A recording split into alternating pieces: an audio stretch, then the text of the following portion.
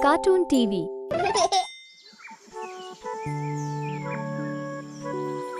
एक घना जंगल था। उस जंगल में पीपल का एक बहुत पुराना पेड़ था। पीपल के उस पेड़ की एक डाल में खोखर बनी हुई थी। उस खोखर में एक गिलहरी अपने पति के साथ रहा करती थी। एक दिन की बात है, गिलहरी का पति किसी जरूरी काम से कहीं दूर चला गया और उसके जाने के बाद बहुत जोर की आंधी आ गई। आंधी में कई पेड़ टूटकर गिर गए और पीपल का वो पेड़ भी टूटकर गिर पड़ा जिसके खोखर में गिलहरी रहा करती थी। पेड़ के गिर जाने से गिलहरी बहुत परेशान हो गई। वो सोचने लगी, पेड़ के गिर जाने से मेरा तो रहने का ठिकाना भी खत्म हो गया। मेरे पति यहाँ होते तो हम दोनों मिलकर कोई नया घर बना लेते। अब मैं अकेली क्या करूं? कहाँ जाऊं? तभी वहाँ हरियल तोता आ गया और कहने लगा, गिलहरी बहन, लगता है तुम इस पेड़ के गिर जाने से परेशान हो। हाँ भैया, इस पेड़ की खोखर में मेरा घर था। अब मेरा रहने का ठिकाना ही नहीं बचा, इसीलिए मैं परेशान हूँ। अरे तुम परेशान क्यों होती हो बहन? हिम्मत से काम लो, किसी दूसरे पेड़ पर अपना घर बना लो।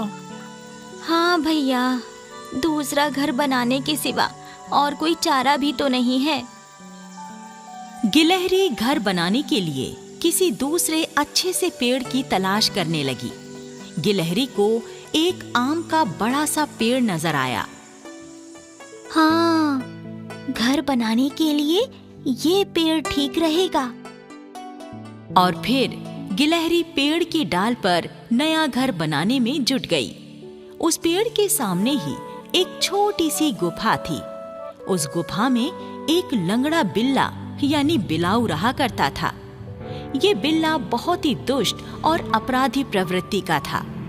दूसरों की चीजें चुराना, छीन झपट करना और गुंडागर्दी करना बिल्ले का पुराना पेशा था। एक बंदर के साथ मारपीट करने में ही बिल्ले की टांग भी टूट गई थी। ये बदमाश बिल्ला हर समय मुफ्त का माल हड़पने की ही कोशिशों में लगा रहता। गिलहरी को घर बनाते हुए बिल्ला बड़ी चौकन्नी नजरों से देख रहा था। 2-3 दिनों की मेहनत के बाद गिलहरी ने अपना नया घर बनाकर तैयार कर लिया। अब गिलहरी बड़े आराम से अपने घर में रहने लगी। मेहनती गिलहरी सारा दिन जंगल में घूम घूम कर अपने खाने के लिए भोजन जमा करती और शाम को अपने घर में आराम से बैठकर अपना लाया हुआ भोजन खाती। बदमाश बिल्ला ये सारे नजारे देख रहा था। एक दिन की बात है, गिलहरी अपना भोजन लेकर आई तो बिल्ला गिलहरी के पास आकर बोला, ए गिलहरी, तू रोज अपने लिए भोजन लेकर आती है और खुद ही खा जाती है। अरे कभी कभी थोड़ा कुछ मुझे भी खाने को दिया करना। मैं अपना पेट भरने के लिए सारा दिन मेहनत करती हूँ। तुम भी अपना पेट भरने के लिए मेहनत करो। मांगकर खाने की क्या जरूरत है? गिलहरी बिल्ले को टका सा जवाब देकर अपने घर में चली गई और बिल्ला गुस्से से छटपटा कर रह गया। इसी तरह 2 हफ्ते गुजर गए और गिलहरी ने 2 बच्चों को जन्म दिया। गिलहरी अपने दोनों बच्चों का बड़े अच्छे से ख्याल रखती और बिल्ला अपनी गुफा के बाहर बैठा हुआ गिलहरी और उसके बच्चों को घूरता रहता। कुछ दिन बीत जाने पर अब गिलहरी के बच्चे थोड़े बड़े हो गए। एक दिन की बात है, गिलहरी अपने बच्चों से कह रही थी, मेरे प्यारे बच्चों, मैं तुम्हारे लिए खाना लाने जा रही हूँ। तुम दोनों घर में ही रहकर मेरे लौटने का इंतजार करना। ठीक है माँ, तुम जाओ, हम घर में ही रहेंगे। ठीक है माँ, तुम जाओ, हम घर में ही रहेंगे। गिलहरी खाना लाने चली गई और बिल्ला अपनी गुफा के बाहर बैठा हुआ ये सब देख रहा था। 3-4 घंटों के बाद जब गिलहरी खाना लेकर वापस आई तो अपने दोनों बच्चों को घर से गायब पाया। अरे, मेरे बच्चे कहाँ चले गए? चन्नू मुन्नू, तुम दोनों कहाँ हो?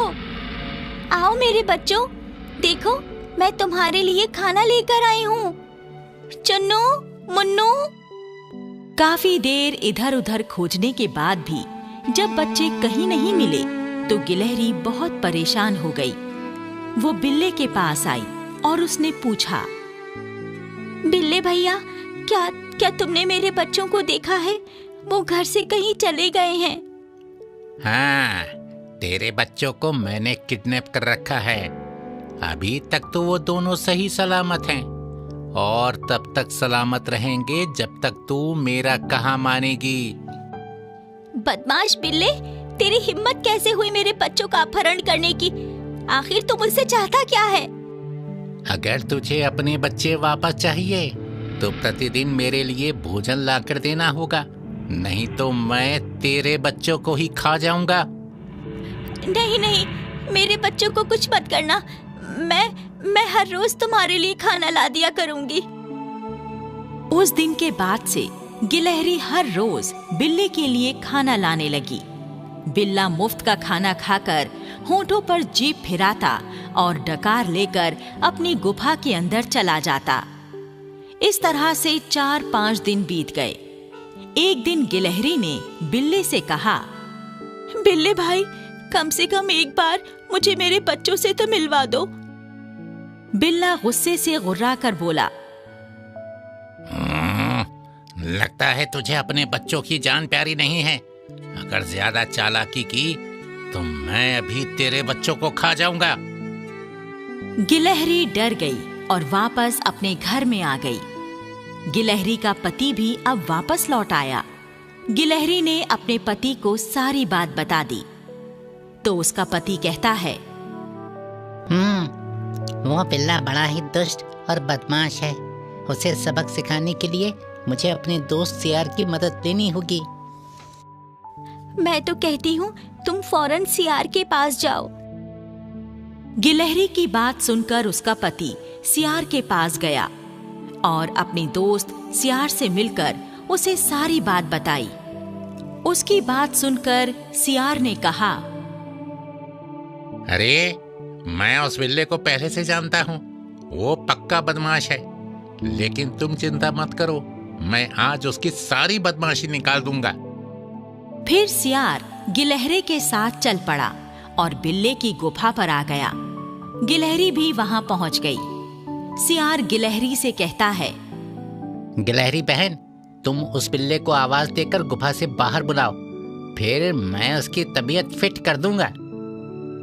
गिलहरी ने बिल्ले को पुकारा, बिल्ले, ओ बिल्ले, जरा बाहर आओ। देखो, मैं तुम्हारे लिए खाना लाई हूँ। बिल्ला गुफा से जैसे ही बाहर आया वैसे ही सियार ने बिल्ले को दबोच लिया और कहने लगा, क्यों बे बदमाश, तेरी हिम्मत कैसी हुई इनके बच्चों को किडनैप करने की? बोल, कहाँ हैं इसके बच्चे?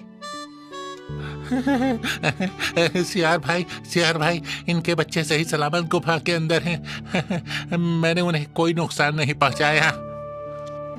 गिलहरी बहन, तुम अंदर जाकर जरा अपने बच्चों को लेकर आओ, तब तक मैं इस बिल्ले की गुंडागर्दी निकालता हूँ। गिलहरी गुफा के अंदर चली गई और सियार बिल्ले की पिटाई करने लगा। सियार बिल्ले को उठा कर जमीन पर पटकने लगा।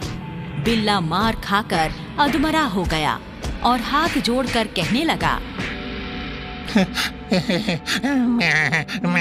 मुझे माफ कर दो, अब फिर कभी आगे से ऐसी गलती नहीं करूंगा।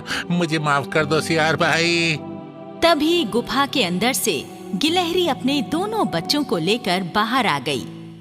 बिल्ले ने कहा, देखो, गिलहरी के बच्चे बिल्कुल ठीक हैं। सियार भाई, अब तो मुझे छोड़ दो। बिल्ला हिम्मत जुटाकर खड़ा हुआ और लंगड़ाता हुआ चला गया। गिलहरी सियार से बोली, सियार भैया, आपकी मदद से ही मुझे मेरे बच्चे वापस मिल पाए हैं। आपका बहुत बहुत धन्यवाद। अरे बहन, मुझे धन्यवाद देकर शर्मिंदा क्यों करती हो? ये तो मेरा फर्ज था जो मैंने निभाया। अब तुम लोग अपने घर में जाओ और आराम से रहो। गिलहरी का परिवार अपने घर की ओर चला गया। इस कहानी से हमें यही सीख मिलती है कि हमें सदा अच्छे लोगों से ही दोस्ती करनी चाहिए, क्योंकि मुसीबत के समय सच्चे दोस्त ही काम आते हैं।